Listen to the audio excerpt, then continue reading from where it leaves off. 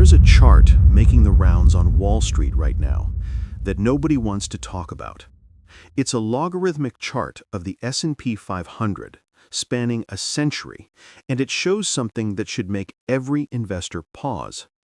A single trend line touches three exact moments in history: 1929, right before an 85% crash; 2000, right before a 55% collapse; and 2025, right now. Welcome to History of Finance, where we decode the patterns that shape empires and destroy fortunes. If you want to understand what most investors miss, subscribe now, because what you're about to discover isn't a prediction, it's a pattern. And patterns don't lie. They rhyme through time with mathematical precision. Let's start with the numbers, because they're undeniable. A hedge fund manager named Kevin Smith recently published research showing a 0.94 correlation coefficient between 2024 and 1929. For context, a correlation of 1.0 means perfect synchronization.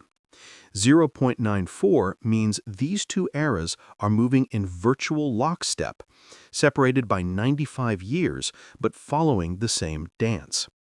But it's not just technical patterns.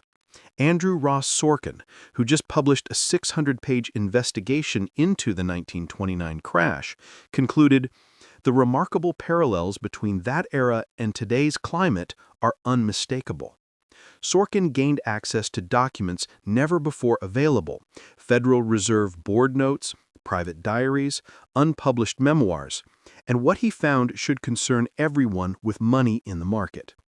In the 1920s, Americans were intoxicated by technological revolution. The radio connected the nation. The automobile liberated people from geography. Electricity promised an end to domestic drudgery.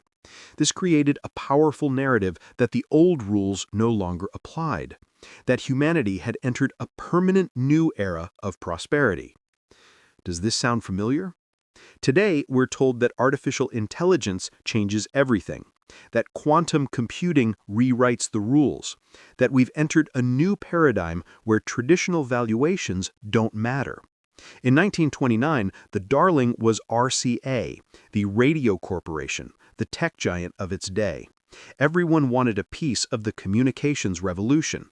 The stock soared to levels that seemed justified by the promise of the future. Today, we have the Magnificent Seven. But here's what's terrifying. By early 2025, the top 10 companies in the S&P 500 made up 38% of the index's entire value. That's double the concentration of just a decade ago. Our entire financial future is balanced on fewer than a dozen companies. This isn't diversification, this is architectural fragility. Now let's talk about how bubbles actually inflate. In 1929, the engine was margin buying. You could control a large amount of stock with as little as 10% down payment. By the summer of 1929, broker loans for margin trading exceeded $8.5 billion. That was more money than all the currency circulating in the United States at the time. An entire mountain of wealth built on a sliver of actual capital. Today, margin debt has returned, but we call it by different names. Commission-free trading apps let college students buy call options, a form of extreme leverage that can multiply money or destroy it in hours. We saw it with the meme stock craze. GameStop and AMC became casinos, completely detached from business fundamentals. We saw it with crypto, where a coin with a dog on it reached a market cap of billions. But the most concerning parallel is what's happening right now in artificial intelligence. OpenAI is valued at $500 billion. Their projected 2025 revenue, $13 billion. That means they're valued at 38 times revenue while losing billions annually. Here's where it gets truly bizarre. OpenAI announced a $300 billion deal with Oracle over 5 years. That's $60 billion per year. Meanwhile, Oracle expects to lose considerable sums on the deal. They've already lost $100 million in a single quarter renting data centers to OpenAI. This brings us to the most dangerous pattern: circular investing. Nvidia invested $100 billion in OpenAI. OpenAI then uses that money to buy Nvidia chips. OpenAI takes a stake in AMD. Microsoft invests in OpenAI, and OpenAI spends on Microsoft Cloud services. One analyst put it perfectly: if your customer has to borrow money from you to buy your product, your customer's not a good customer. This is exactly what triggered the dot-com crash. In the late 1990s, telecom companies invested in each other, bought each other's products, and created an illusion of demand. When the music stopped, $5 trillion in market value vanished. Companies that seemed invincible disappeared overnight. Today, AI-related capital expenditures have surpassed the U.S. consumer as the primary driver of economic growth. Big tech is spending $359 billion annually on AI infrastructure. That's 1.1% of America's entire GDP on one technology. But perhaps the most dangerous pattern isn't what's happening in boardrooms. It's what's happening on Main Street. In 1929, the top 1% received nearly 24% of national income. The gap between rich and poor was a chasm. This wasn't just unfair, it was structurally unstable. Production was soaring, but who could afford to buy the goods? The economy was running on fumes, disguised by a speculative bubble. Today, we're living through a new Gilded Age. The top 10% of households hold 67.3% of total U.S. wealth. That's the highest concentration since, you guessed it, 1929. CEO pay has hit 300 times the average worker. Millions live paycheck to paycheck with no savings. When a crisis hits an economy like this, consumer spending doesn't slow down, it vanishes overnight. In the 1920s, the world was fragile. War debts and reparations created a house of cards. Then came the Smoot-Hawley Tariff Act of 1930. Designed to protect American jobs by making imports expensive. The result was catastrophic. It triggered immediate retaliation. International trade collapsed by 60%. What began as an American recession became a global depression, a self-inflicted wound of epic proportions. Today, we're watching a similar retreat from globalization, trade wars with China, economic sanctions on Russia, nations everywhere talking about onshoring and de-risking supply chains. The language is different. We talk about national security instead of protectionism, but the impulse is identical. We're fracturing the global system at precisely the moment when its stability matters most. History never arrives unannounced. There are always warnings. In early 1929, banker Paul Warburg warned that rampant speculation would bring a general depression involving the entire country. He was dismissed as out of touch.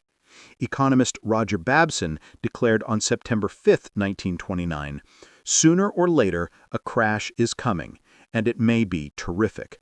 Wall Street laughed him off. 7 weeks later, the world ended. Today, the Cassandras are everywhere. They point to record debt levels, historic valuations, returning inflation, geopolitical chaos. And once again, they're overwhelmingly dismissed. They're told that this time is different, that central bankers have the tools, that technology has made us resilient. Those are the 4 most expensive words in finance. This time is different. And then came March 2023.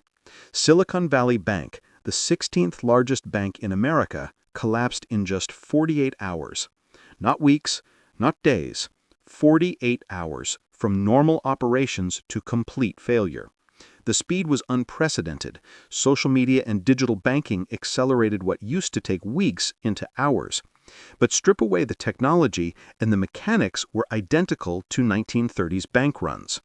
What made SVB's collapse truly concerning wasn't the speed. It was what the failure exposed. Rising interest rates had devastated the value of bonds that banks held as assets. Problems were hiding in plain sight across the entire system. Within days, other regional banks began experiencing the same pressures. Signature Bank failed. First Republic followed. Each collapse revealed the same underlying fragilities. So are we doomed to relive 1929? No. History is a guide, not a script. We have safeguards they didn't. FDIC insurance protects deposits. The SEC polices markets. The Federal Reserve has tools to intervene. But these safeguards are designed to fight the last war, and they may have created new vulnerabilities. Decades of lowering rates and printing money have arguably created the largest bubble in human history.